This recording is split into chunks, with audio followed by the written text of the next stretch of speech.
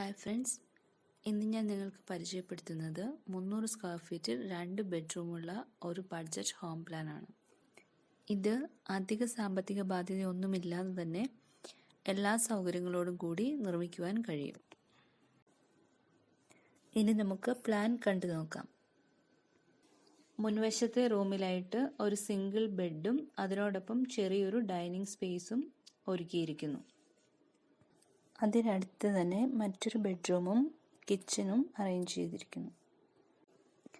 Back സൈഡിലായിട്ടാണ് ബാത്റൂമും ചെറിയൊരു work സ്പേസും കൊടുത്തിരിക്കുന്നത്. ഇനി നമുക്ക് ഡിസൈൻ കണ്ടു നോക്കാം.